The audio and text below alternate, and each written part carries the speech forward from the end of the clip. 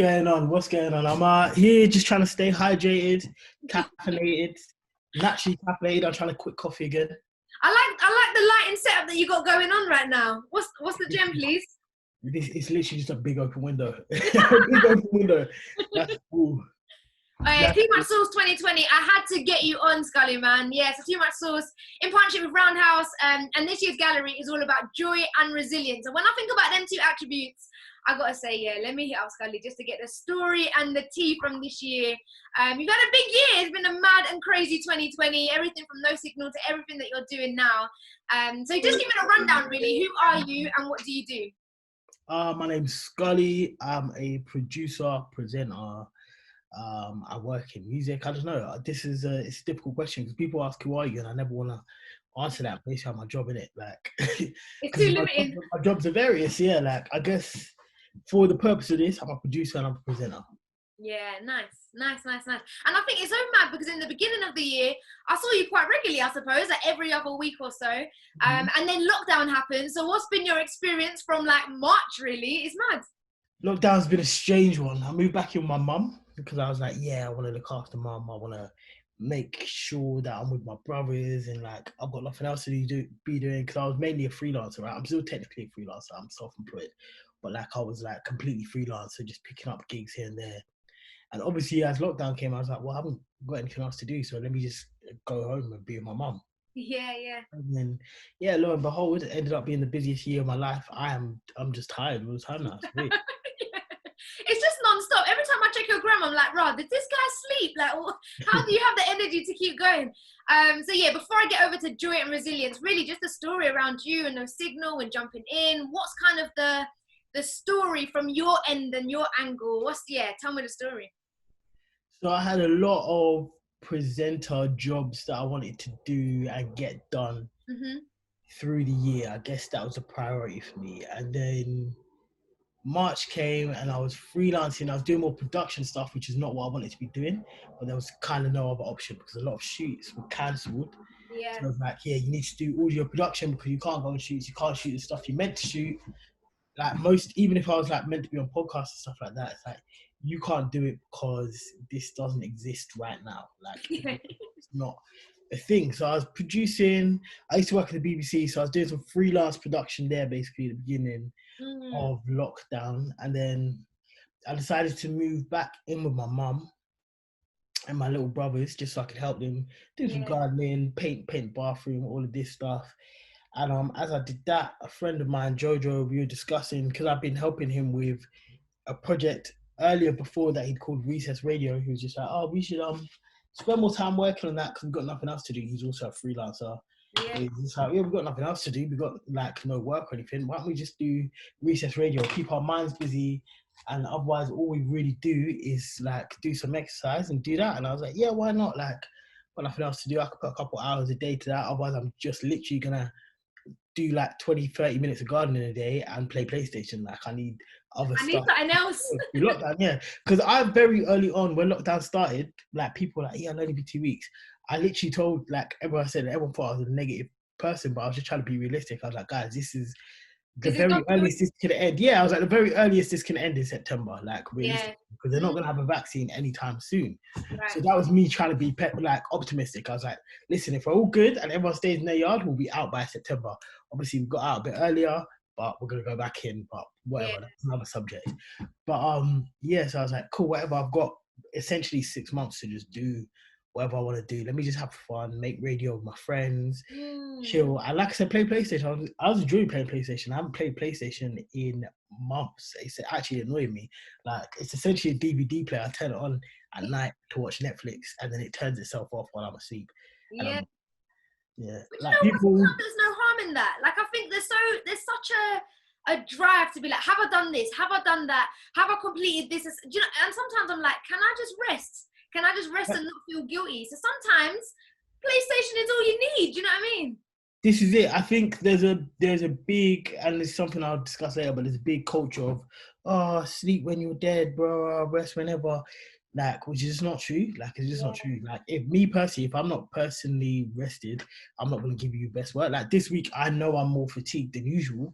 And that means I'm like, I said to you, like, after we're done recording this, I'm gonna go have a nap. Like I'll turn off my work laptop at 5, and then gonna go watch football with my friends, because I need to be in a good mindset to be able to deliver my best possible work. Like if I'm not feeling like I want to work, then the work that I deliver is going to be useless. If not useless, it's just going to be subpar, right?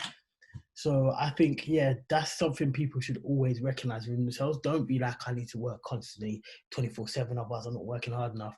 If you're doing that, like you're not going to be at your best. You need to be at optimum, right? Like, let's use technology as an example again. If I keep my laptop on all day, all the time, and it's just plugged into the charger, always on, never off, eventually one day, it might take a year, it might take 2 years, it might take 3 years, but it will overheat and just stop working. Exactly. Like, the main problem people have with their computers and their laptops is they don't clear them enough, like reset, and they don't turn them off. That's generally like a massive thing. Like, you let it get dusty, you let it get cluttered, and like it doesn't sort it. Everything just everywhere. This is it. So like, as a human being, you have to look at yourself as a piece of tech sometimes. Like, cool, I need to shut down. Like, that's what you're doing when you're sleeping. You need to clear your mind. You need to pray. You need to meditate. You need to think on what you want, where you need to go. You need to recalibrate. You need to do all of these things. Like, I'm in a period where, because I've recently been working somewhere else, and then obviously I've got no signal stuff, I said to my friends, I was like, in October at some point, there's going to be 1 week, I'm just going to take a week off. No one shout me. Like, that's going to be my week off. I need to rest. Like, I don't want to chat about work. I don't want to be contacted about work. I don't want to think about work. Plug out. Yeah, I just want to have a time where I'm just like, okay, I'm off. Like, I'm just off, and this is my time, like, to use however I want. And whether I use that watching cartoons and eating cereal, maybe I decide to go on a staycation. Whatever, yeah, like, that's my time off. So let's take it back to March, beginning of lockdown. I'm working on Recess Radio with Jojo. Our friend Bola makes a tweet about who he thinks would be, because they'd announced verses, and he was like, oh, what's the point in verses? Like, some artists are unbeatable. Who would beat 50 Cent, like, in a verses battle? And I was like, well, 50 Cent only has one album, so, like, a lot of people. like 20 songs, like, it's not that hard to beat somebody who has one album worth of unbeatable songs, like, because once you get past song 10, it's long. So then obviously Bola was like, all right, cool, 10 songs, 10 songs. Who beats 50 Cent? Like, surely that's impossible. Like, he definitely has 10 songs which are impossible to beat. Again, we're going back and forth. People get involved just on Twitter, on the timeline. Jojo's like, yo, we should try this as a piece of content, and let's just put it on Recess Radio. Why not? It could be fun. Let's try something different. So originally, we drafted in 2 presenters. I'm not an original presenter. I was busy at the time. I was like still doing freelance production at the BBC and was like moving home. So shouts out to Seeps. Seeps was presenting it, and Henry. They did the first couple episodes. And I was kind of like producing with Jojo and just making it a thing. And we're just like, oh, there's something here in it. There's something here. Like, we can really make this fly. But there was an episode, so the way I got into presenting it, obviously, you know me, I've been a presenter for a while, but there was an episode they were doing that was Lil Uzi Vert versus Playboi Carti, 2 newer rappers that I quite like. And I was like, I'd love to present that episode. So Joe was like, calm, yeah, just do it. And then as I did it, he was like, yeah, I really enjoyed your energy. Like, you should just carry on doing it. Like, it makes sense, right? And then shortly after that, we had Beyonce versus Mariah Carey. Yeah. Mad. That got them both trending, I believe, in the UK. Mariah, re-entered the UK charts on iTunes. Wow. We were like, oh, like, but back then we didn't really know what was going on. We were just like, is this because of us? Probably not. It's just happening, isn't it? So we kind of like, we didn't ignore it, but we were just like, yeah, whatever, like, just carry on. And the first time we really noticed that we were having a proper impact was a couple of days later. We did Huss versus Kojo, #1 trending in the UK. Mad, is it? And before Beyonce and Mariah, we had a couple hundred listeners, but we were really just doing it for our friends, just so our friends had something to occupy them, something to listen to during lockdown. Because we were like, just like us, we were like, a lot of you won't have work, you'll have to be on furlough, or work's just been called off for a couple of weeks, you won't know what you're doing, like, let's just make some content. About the audience that you best relate to. Do you know what I mean? You're talking to the same people who you're in the band with. But this is the thing, it wasn't even like making it for like so much an audience, like, because we're making it for a wider section of people to enjoy. We were literally making it for our friends. Like, like on the first 10v10, we were like, yeah, if we get 100 listens, that's sick. Like, because then we've all got like 10 friends, 15 friends to come listen. Like, that's amazing. Yeah. When Huss and Kojo trended, that's kind of when we knew that we were onto like a winning piece content. We were like, oh wow, like a lot of people want to hear about this. They want to be involved in this. They think this is amazing. We can really do something with this. Like I said, #1 in the UK. We had thousands of listeners all logged in. We were like, oh wow, like we're starting to fly. I think the next one after that, I can't even tell you what the next one after that was huge, but like that season 1 continued to grow until Burna Boy and Popcorn. That's when we tipped over. I think that was the boiling point. It wasn't the boiling point. It was the Beyonce, Mariah, Burna Boy, J Hus and Kojo. They were like elements, and then you'd say Burna Boy, Popcorn was a catalyst. Yeah. So Burna Boy and Popcorn, we had something like 50,000 listeners, I think. That is, what's going through your head when that happens? Because this has gone from like, 100 people's come, and then the wave is like, raw. Yeah, like for me, I didn't know. I haven't really thought about it. And we're still just making radio because we enjoyed it. And it's sick because we were like, oh, okay, like people really enjoy our ideas. When you've been in radio for ages, especially on both sides as a presenter and a producer, sometimes you know you have good ideas, but you're not sure, but you're like, they don't always get verified, right? So it's just a bit like, okay, this is sick. Like people really, really, really like our ideas. Like we are really flying with them. So yeah, Burna Boy Popcorn, I'm still in my old room. It's not even my room anymore. It's my little brother's room at my mum's house. I don't even have a room at my mum's house.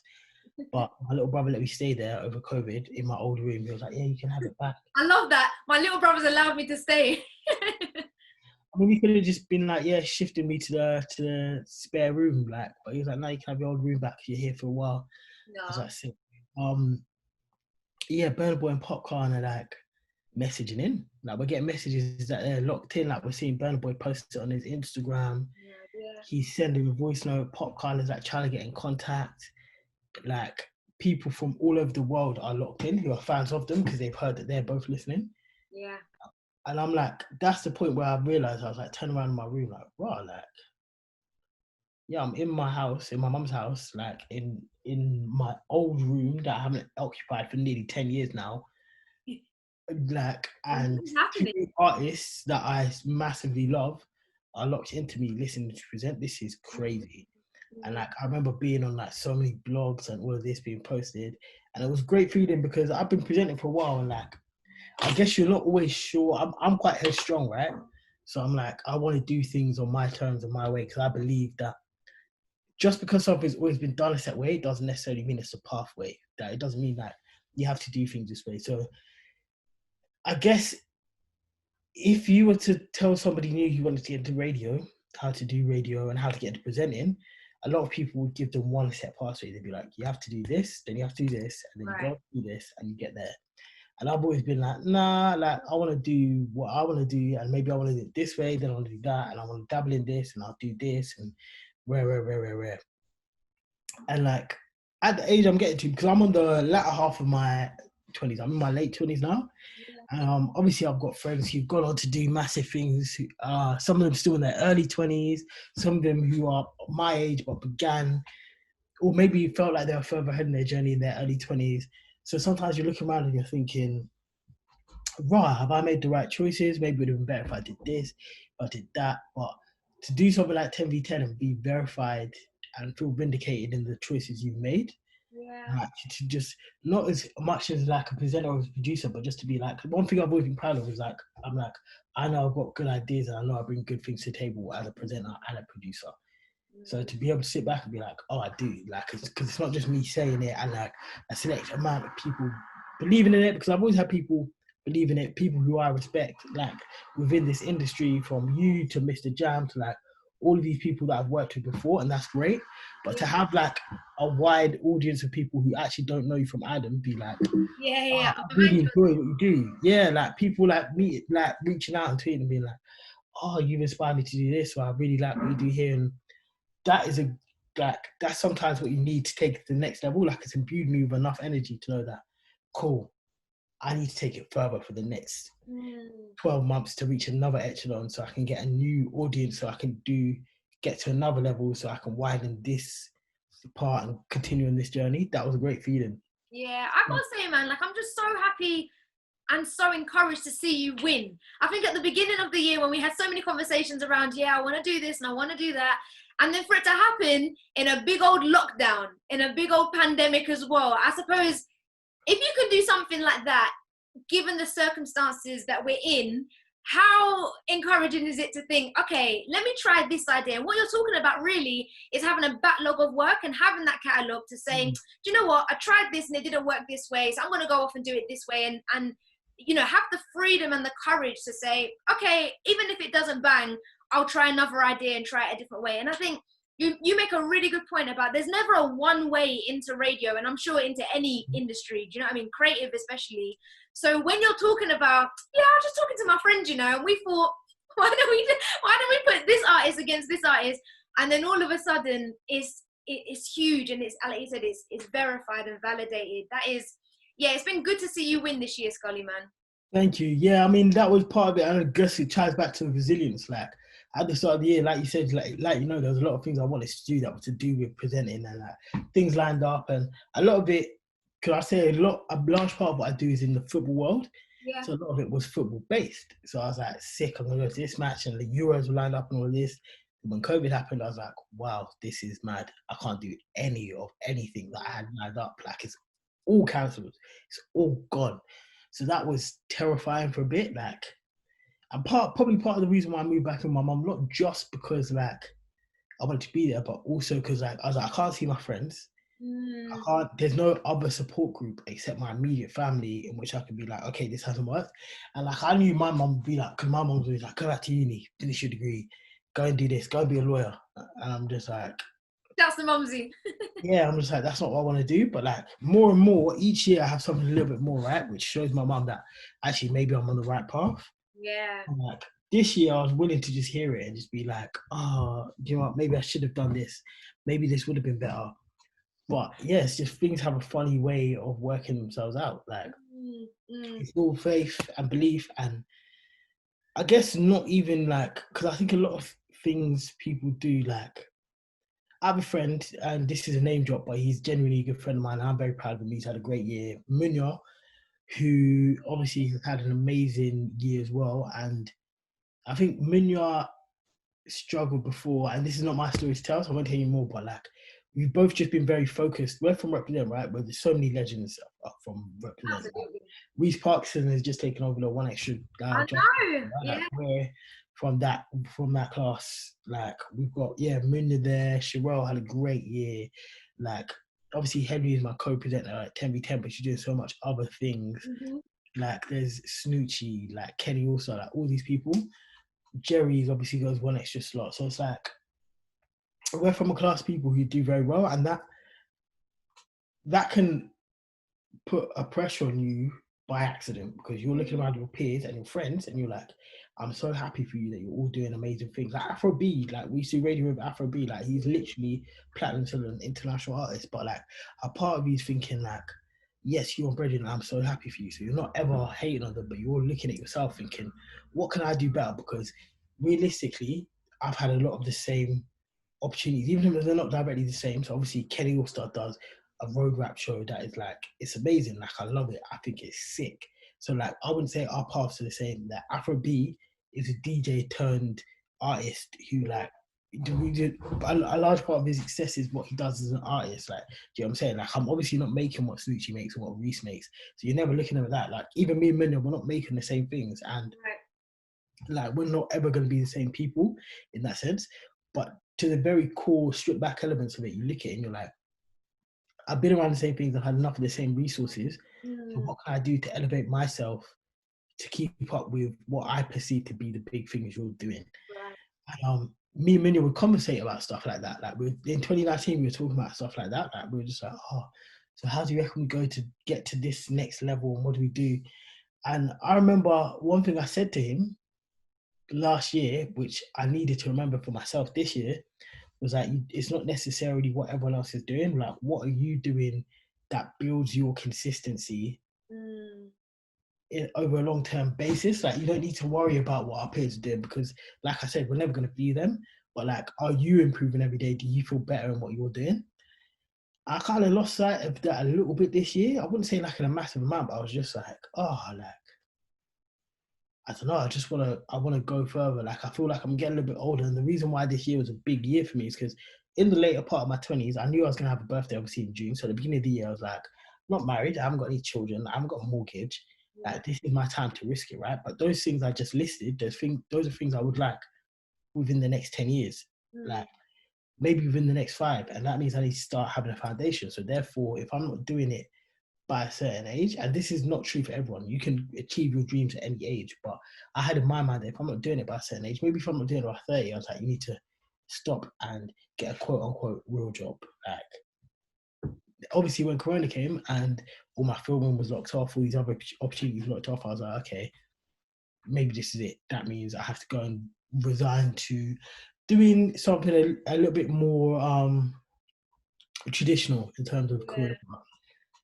And then, yeah, like I said, it just all happened to work out. It all just happened to work out. Since WizKid and Vibes, which was 2 days after Burna Boy and Popcorn, it's been a whirlwind journey. So, like, we had, like, obviously an Adidas campaign. I'm doing more football things en route, which you'll find out about. There's been a lot of behind the scenes things I've done, which is interesting because I'm happy with No Signal being my front facing thing like for this year, because obviously it's had such a big year, so people see that and recognize that. But on the lowest of keys, sometimes the behind the scenes stuff pays a lot better. Like, sometimes it pays a lot better in it. So there's opportunities that I didn't get before this year that I wish I was getting when like I really needed it. I was working part-time in these places that I'm like, right, I could have got paid that much for this. Like I made someone a playlist and got like a really nice 4-figure invoice like a couple months back, and they were like, oh yeah, we heard you through this No Signal, we thought you might be good to do this. And I was like, bro, but I've been making these playlists for free for years. Like, you could have followed me before you. Like, what's going on? But just the fact that those opportunities are open to me, and then the opportunities that I believe are going to come in future, like some of the things I'm working on are just so exciting. But it's like, I think you should never say yes to doing work because you need the work. As mad as that sounds, like, you should have a job and you should bring money in to survive, because we live in a capitalist society, right? And you need to survive. You probably have people you need to look after. So you should say yes to working for that reason. But sometimes there's things you don't want to do that people will say yes to because they need the money.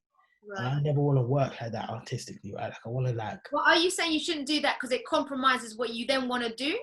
Because how do you distinguish? What if someone's like, oh, I need the P, like... And okay, so positionally, that's what a lot of these things are. Oh, this is a great position move. So how do you distinguish between the two? I think it just comes down to your own integrity and what you believe in. So like, let's say that I don't believe in Coca-Cola. I've got no problem with Coca-Cola, by the way. Coca-Cola, if you're listening to this. This is just the example. Yeah, let's say hypothetically I have a problem with Coca-Cola because I'm allergic to sugar. Let's just say that in this example. Mm-hmm. Now Coca-Cola shout me, they're like, let's do a Coca-Cola advert. And I've told you, Swazi, I don't like Coca-Cola. I would never work with Coca-Cola. Told my mum that. Told all my friends that. I've said it on No Signal, I've said it on Represent, I've said it on One Extra, I've said it everywhere I've been. Now Coca-Cola have hired me and they're saying, we're going to give you 10 million to do a Coca-Cola advert. Next week you see me doing a Coca-Cola advert, you'll look at me and you'll be like, what's wrong with this brother? He definitely that he doesn't Coke. Then I look funny, innit? I look funny, like Coca-Cola don't look funny because they've done their job, yeah? It's your integrity. But yeah, it's me who looks funny in the light, because everyone's like, you said you don't like Coca-Cola, but now you're moving with Coca-Cola. That's a lie, by the way. I like you, Coca-Cola. So. Yeah, and if you've got 10 mil, you know, I don't mind. I like you even more, so. Well, even if you've got 5 figures, I'm there. Don't worry about it. But no, seriously, like, it's all about what you want to work with and what you see as, what you feel comfortable with as a person. Like, don't attach yourself to things that you would be ashamed to look back on in the future. Yeah, like, whether that's the music, brands, like anything. I never want to look back in 20 years and be like, oh, I can't believe I did that. Like, everything that I've done so far, I think I'll look back and be like, I'm so glad that was a part of my journey. Yeah. And also, just to stay on that point, it attracts similar brands and similar people you want to work with when you are have that integrity to say yes to the things you want to do. Because other people are like, oh, I didn't know he was into that. Oh, can we get involved? Can we? And a lot of those, you know, conversations happen quite naturally. So you make a good point, man, not to go with the flow. But just to wind you back a little bit as well, thank you for your vulnerability and thank you for your courage to share that. You know, the gram doesn't help sometimes. You're seeing everyone do things, you're thinking, oh, how can I do that? Or so-and-so's killing it over here and I want to be happy, but I'm also looking at myself and thinking, well, I want to do some more. How do I get to my goals? And I just think in 2020, where it's probably been the most easy to do that because everyone's in lockdown and everyone's online and everyone's thinking, how do I move forward? That's a really good point that I don't want people to think like, oh, it's only me who feels that. It isn't. I think it's a little bit innate, you know, that the trap of comparison and how deadly that can be as well. So yeah, just want to take the moment really to say thank you for that vulnerability, because someone's thinking, you Scully, like how are you feeling that? Because you're killing it right now. But it's good to hear from you to think, no, I still have those feelings as well, and that's honesty at its core. So yeah, I just want to say I think that's important. I think that's important for us to deal with and internalize, because like you're saying with the gram, like Instagram's a highlight reel, right? You only see the things of people. Yeah. You don't see them, and that's why I might go for a workout, and I'll post like a sweaty picture of me after a workout, and people are like, why do you always post that? And I'm like, because people always post, so like 6 months down the line, when I've been finished working out and like I'm in good shape, now I post a picture of me looking good, everyone's like, oh sick, like Scully looks good, I want to get like that, But there's no process. Like you don't see no process. Like it was just like I looked like this one day, and then I woke up one day and I looked like this. Like cool. That's not the reality of it. Like the reality is, unless I go and get surgery, the reality is I've been working out. I've had to change what I'm eating. Like there's a whole process. Like if I'm ill, I remember one time I was really ill, and the only thing that would make me happy, I was like singing George Michael Careless Whisper. Tune is hard. I was singing that, and my nose was running, and my eyes were all puffy, and I just put it on my because I don't really use my private friends like that on Instagram. Like people love it. I don't really use it. If I'm gonna post it, I might as well just post it on my main. That's what I think. And someone was like, "Why did you post that?" And I was just like, "Because I was ill, and like I like the tune, like because that's reality. Like the reality is, people need to see reality, because otherwise we become so invested in this fake version that doesn't exist, right? And like if that's down to feelings, like of course, like my friends are gonna do big things, and I'm gonna feel like I'm getting left behind. And that's not to say you shouldn't feel jealous. You shouldn't feel like, don't ever be a big hater. Like your time will come in it. Like your time will come as long as you put the work in and you put the effort in. And if you put your effort into negativity and hating and all of this stuff, you won't move forward because you're so focused on that. Oh, why did they get that? They shouldn't have got that. Oh, I wish I had that. I would have done this if I did that. Cool, but you're putting your effort into that now, and like all these other opportunities are missing you by. It's like if Swazi drives past me in a brand new Mercedes AMG and I'm staring at your car, and there's someone on the other side of the road, he's saying, giving away free Teslas over here, and I'm so busy saying like, I should have had that AMG, if I had that AMG that Swazi had, I'm looking at your car, but there's somebody right over here giving me a next car that I also want. Like, why would I not pay attention? You're going to miss out on things because your focus and your attention is on something else. So don't ever be a big hater. Oh, there's my mum. My mum's trying to call me, but I'll speak to her in a bit. But don't ever be a big hater. Just be focused on your mission and what you want to do to get bigger, and be inspired. Be inspired by what everyone else is doing. Like I said, like the knowledge of like the lineage of Represent and seeing how many people come from that, and like seeing my friends around me do big things, like seeing what Minya does and Henry does and Sherelle and the Kennys and all of these people, Reese, Jerry, like that makes me want to do better. Seeing people that like I know, like seeing like A2 go and release music and Hardy go and get this new deal and all of this stuff, like that makes me want to be better. I'm like, these are people who have similar resources, similar backgrounds with me. Why can I not do that? Like it's the same thing as like when I see Stormzy. Like Stormzy is literally my age. Stormzy is born in South London, same part as me, same hospital. Like so when I see the success he has, some people could see it. Like some artists might sit there and be like, oh, wow, people love Stormzy, but like, if I had this, I would do. cool, but you're not. You don't have that. But you come from a similar enough background. So why don't you just get up and think, because he did this, I can do it. That's part of resilience. Like, I think that's the most important part of resilience. Don't give up because someone else did it or someone else. The worst one is, and I know this one especially because I'm a writer, you'll have a good idea. Maybe you don't focus on the idea, you don't write the idea. Someone else has the idea. They remake it, they do it better. Or even if they don't do it better per se, but they just do it. And you're like, oh, I had that idea. It's a shame that I couldn't make it. Well, who cares? Like, focus on something else. Maybe make it. Maybe you can make it in your own way, like that. Maybe you'll just have another idea. Like, do not stick yourself to like watching other people too much, right? Like, congratulate people, be inspired by people, congratulate people, but don't focus on this whole idea of like, I want to be them. If you spend your whole life wishing to be someone else, you miss out yourself. 100%. Yeah. Especially on radio, because you'll lose your listenership. You'll go and get all of those people that you thought you had. They're like, no, actually, the person you're trying to be sounds better because it's them. So I'm just going to go over to them and listen to them. It makes no sense. This is it. This is 100% it. So, yeah, it's a weird time we're growing in, because we are the generation that gets to see the long-term effects of social media and how that is affecting people. And I think it's scary having younger brothers, obviously not yet having children, but one day hoping to. Like, I don't know where the direction of this world is going in those terms, because it's so much easier to be insecure. Like, I feel more insecure at 27 now than I did at 17, or again at 7 years old. Because when I was 7 years old, I had no social media. So all I had to compare myself to were the other people in my class. And exactly. Like, at 17, all I really had was like Bebo, a bit of young face looking like. Those are my friends though, so like I can compare myself to them, but like I'm not looking around the world. Now at 27, the world is so slow, yeah. I can look at any other 27-year-old in the world and be like, wow, they're doing what? They made how much? Yeah, what? They put their mama what? Yeah. Like, and then again, I can see it for 21-year-olds and 18-year-olds and 17-year-olds, and I'm thinking, wow, like, am I behind? Like, you know what I'm saying? Like, it's so contained because the world is suddenly in the palm of your hands. Yeah.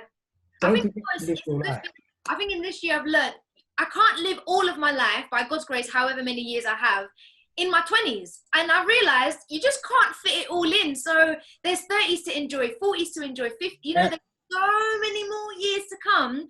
Don't try and squeeze everything into today. Is it possible? This is definitely it. Like, I think we're so obsessed with the idea of youth and I need to be young forever, and being young is what makes me cool and all of this. And I told me one thing I'm glad about myself is I've always told myself from young that being young isn't the only thing that makes you cool. Because if being young makes you cool, then we're never gonna be cool forever, right? Like, exactly. You're gonna get older. Like, you're always gonna get older, right? Like, you're always gonna get older. So the important thing is to age gracefully and to know. Like, your USP shouldn't just be like you're the youngest here. Right. Your USP should be like, I know the most about this, or I'm the most talented in this area, or I've worked the hardest or the longest in this. Like you're saying, like, I want to have great 30s and enjoy my 30s and be like, this period of my life is so good because I put work in, and then I want to have great 40s and like travel more and do things that are not accessible in your 20s. Like, at 50, I want to be like, oh, I'm winding down. Like, I don't worry so much. I don't have to be everywhere. I don't just be on every scene because I'm 50 and I don't care anymore. Like, work speaks for itself. I want to be 70, enjoying life, going on mad holidays and cruises because I'm like, well, you know, my youth was great. I want to impart knowledge to the youth. Like, coming up. Then, like, there's so much life ahead of you. Stop trying to rush it into before 24. Yeah. That's the best part of my life. As we did sounds, I messed up before 24. I didn't completely mess it up. I had a great life. I had a lot of fun. I'll use Hardy again as an example. I saw Hardy tweet the other day, being successful in your 20s is better than being lit in your teens. Yes, that is true. If you can, though, do both. Like, be lit in your teens and be successful in your 20s. It's not impossible. Like, I'm so glad I had bare fun in my teens and did all sorts of stupid things that I'm always going to remember, and like, are literally going to be lifelong memories and added to my life experience. I know how to conduct myself in so many different spaces because of the life I lived. And I'm so glad that I then decided to knuckle down and put work in my 20s, and now I'm going to be able to enjoy the rest of my 20s and then go to my 30s in a different mannerism. Like, and it's also subjective, isn't it? Like who measures success and whose measure of success is the standard. And my teens, I was in a youth group, I was in my church youth group doing all of the dramas, all of the presenting, and all the skills that I have in radio now, and even this has come from just Friday nights of a youth group, and all the friends that I got today, the same circles. Wow, actually, what was I doing in my teens that formed my 20s to then do the things that I went on to do and love and appreciate. Let me wrap as well with the 2 questions that I'm asking all creatives for Too Much Sauce. You kind of covered all of them, but just so I can get your answers. My 2 questions around joy and resilience. First one, how has 2020 made you stronger? It's reinforced my faith in my ideas and myself, and even my faith. Like, I've always been a God's time person. I've always been like, I've got bare ideas. Like, I famously, when I was in my early 20s, before 24, whenever I got an interview for anywhere, any creative agency and that, I always used to tell them, a lot of the people who like help me and look after me now was like, I remember you came in, you said, I have more good ideas in the morning than some people ever have in their whole life. Wow. I'm very confident to say that, and I was like, I believe that. And like this year, I'm like, no, I still believe that. Like that was true. Like I'm enacting on it now. And like in terms of faith, is like you say, God's timing. That I know that I'm lucky and I'm blessed, and I tell Jojo all the time that I feel guilty. I feel guilty for having such a great 2020 when I know a lot of people are struggling or not enjoying it. However, like it is God's timing, and things could have been worse. I could have given up. I could have not tried. Jojo could have called me. David could have been like, yeah, let's get involved in this no single radio stuff. And I could have been like, nah, so what's the point? Like, I'm going to be 27 in a couple months, and I quit my job at the BBC, and like, what am I going to do now? Like, but I was like, nah, let's do this. Like, let's do it. I was resilient, and it paid off, and that's God's timing. Like, it's funny because me, Henry, Jojo, David, Jamila, like a lot of the people behind 10B10, like we're all very prayerful. Like when we have big things going on with no signal, like we'll be like, oh, fasting. I'll be like, I'm fasting, and someone else to be like, yeah, you know what? Yeah, I'm fasting too. Like there's a lot of faith going on, a lot of prayer going on, and it's like, yeah, like this is really is God's timing, and it's just the beginning. Yeah. What's question 2? Yeah, question 2. And just on that point around faith, I think 2020 has been the year where I've had the most prayer meetings with young people. People always think, oh, young people don't want to pray, young people. No, actually, it's been the faith that has held so many of us. And, you know, when it says iron sharpens iron, to hear that's happening over in the No Signal family, and that's happening in another clique, and I'm like, oh, you know what?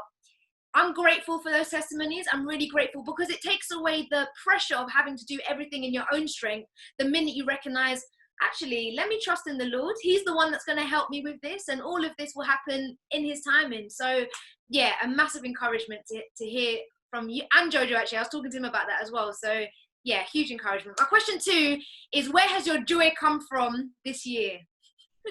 Where has my joy come from this year? Surprisingly, my joy has come from, I think, in the last few years, because I was so obsessed with furthering myself in my career, just to show that I hadn't wasted my time, and just to be like, I need mental stimulation, right? So I was like, I don't want to end up in a job that I don't enjoy. So I need to make this work. Otherwise, I'm not gonna enjoy my life. Like, so I need to make this work. So I guess my joy has come from. It goes back to what we're saying at the beginning. I've never been someone who's obsessed with titles or like somebody because of their title. All of these things. But when you ask me, who am I, what do I do? I was like, well, I don't really know what to say when people ask me that, because my first thing is I want to answer who I am as a person.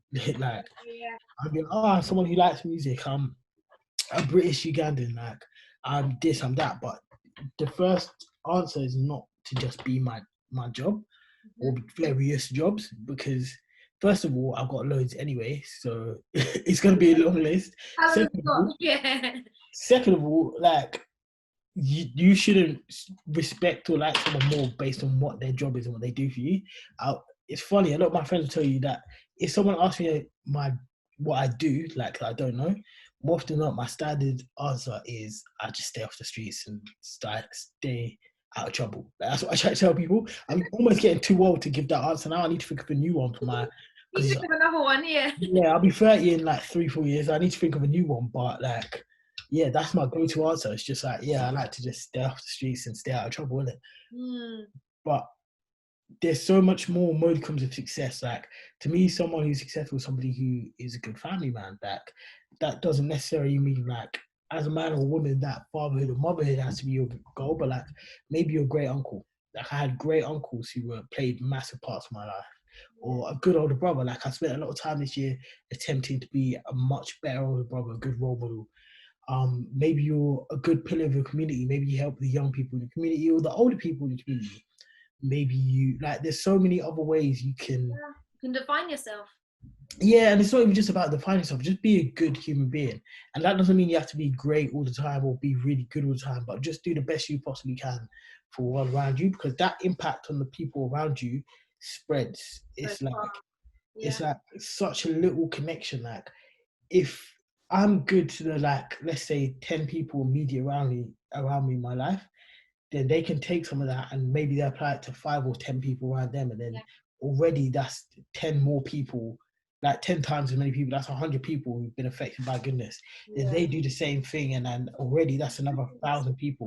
That's it. Like, we all just have to try our best to be good people, because it passes on. Like, the energy outside of faith, maybe someone's watching this and they're an atheist. Like, maybe they just believe in science.